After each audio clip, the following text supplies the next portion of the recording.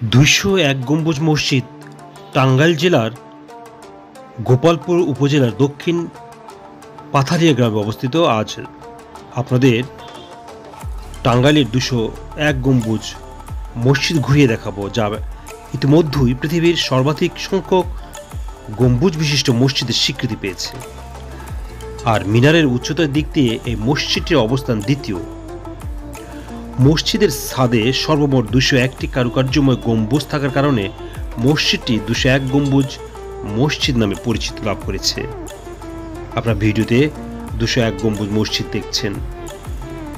২০১৩ সালের জানুয়ারি মাসে মুক্তিযোদ্ধা রফিকুল ইসলাম কল্যাণ ট্রাস্টের উদ্যোগে ১৫ বিঘা জমির উপর বিশাল মসজিদ ও মসজিদ কমপ্লেক্স নির্মাণ কাজ শুরু হয়।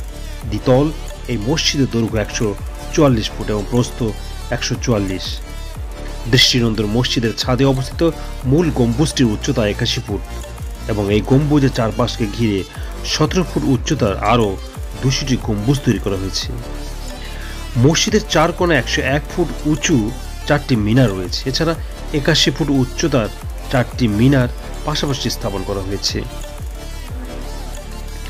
আর মসজিদের পাশে মূল মিনারটি নির্মাণ করা হয়েছে, যার উচ্চতা ৪৫১ ফুট। ২০১ গম্বুজ মসজিদে একসঙ্গে প্রায় ১৫,০০০ মুসল্লি নামাজ আদায়ের সুযোগ রয়েছে। মসজিদের দেয়ালে অঙ্কিত রয়েছে সম্পূর্ণ কোরআন শরীফ। আর মসজিদের প্রধান দরজা তৈরিতে ব্যবহার করা হয়েছে ৫০০ মণ পিতল। এছাড়া মসজিদ কমপ্লেক্সে রয়েছে লাশ রাখার হিমাগার, বিনামূল্যের হাসপাতাল, এতিমখানা, বৃদ্ধাশ্রম, দুস্থ মুক্তিযোদ্ধা ও তাদের পরিবারের পুনর্বাসনের ব্যবস্থা। ২০১ গম্বুজ মসজিদ দেখতে যেতে হলে বাংলাদেশের যে কোনো প্রান্ত থেকে প্রথমে টাঙ্গাইল জেলা সদরে আসতে হবে। টাঙ্গাইল সদর থেকে মসজিদটি ৫০ কিলোমিটার এবং গোপালপুর উপজেলা সদর থেকে ৭ কিলোমিটার দূরে অবস্থিত। ঢাকা থেকে বাসে অথবা সিএনজিতে করে গোপালপুর উপজেলায় এসে অটো বা সিএনজি ভাড়া নিয়ে সহজেই ২০১ গম্বুজ মসজিদে যেতে পারবেন। ঢাকার মহাখালী বাস স্ট্যান্ড দ্রুতগামী বাসে করে ১৫০ থেকে ২০০ টাকা ভাড়ায় গোপালপুর যেতে পারবেন। গোপালপুর থেকে ২০ থেকে ৩০ টাকা ভাড়ায় সিএনজি, ইজি বাইক, ভ্যানে যেতে পারবেন ২০১ গম্বুজ মসজিদে। ঢাকা টাঙ্গাইল মহাসড়কের যে কোনো স্থান থেকে দ্রুতগামী বাসে উঠতে পারবেন।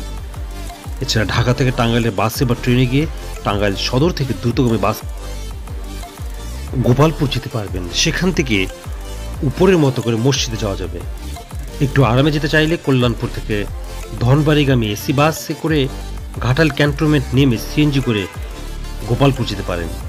ফিরে আসার ক্ষেত্রে গোপালপুর থেকে বাসে আসতে পারবেন। গোপালপুর থেকে বিকেল ৫টায় সর্বশেষ ঢাকাগামী বাস ছেড়ে আসে। মসজিদের সামনে কিছু ছোট বড় খাবার হোটেল আছে, হালকা নাস্তা বা দুপুরে খাবার খেতে পারেন সেখানে স্থানীয় হোটেলে। এছাড়া গোপালপুর বাজারে মোটামুটি মানের খাবারের দোকান আছে, চাইলে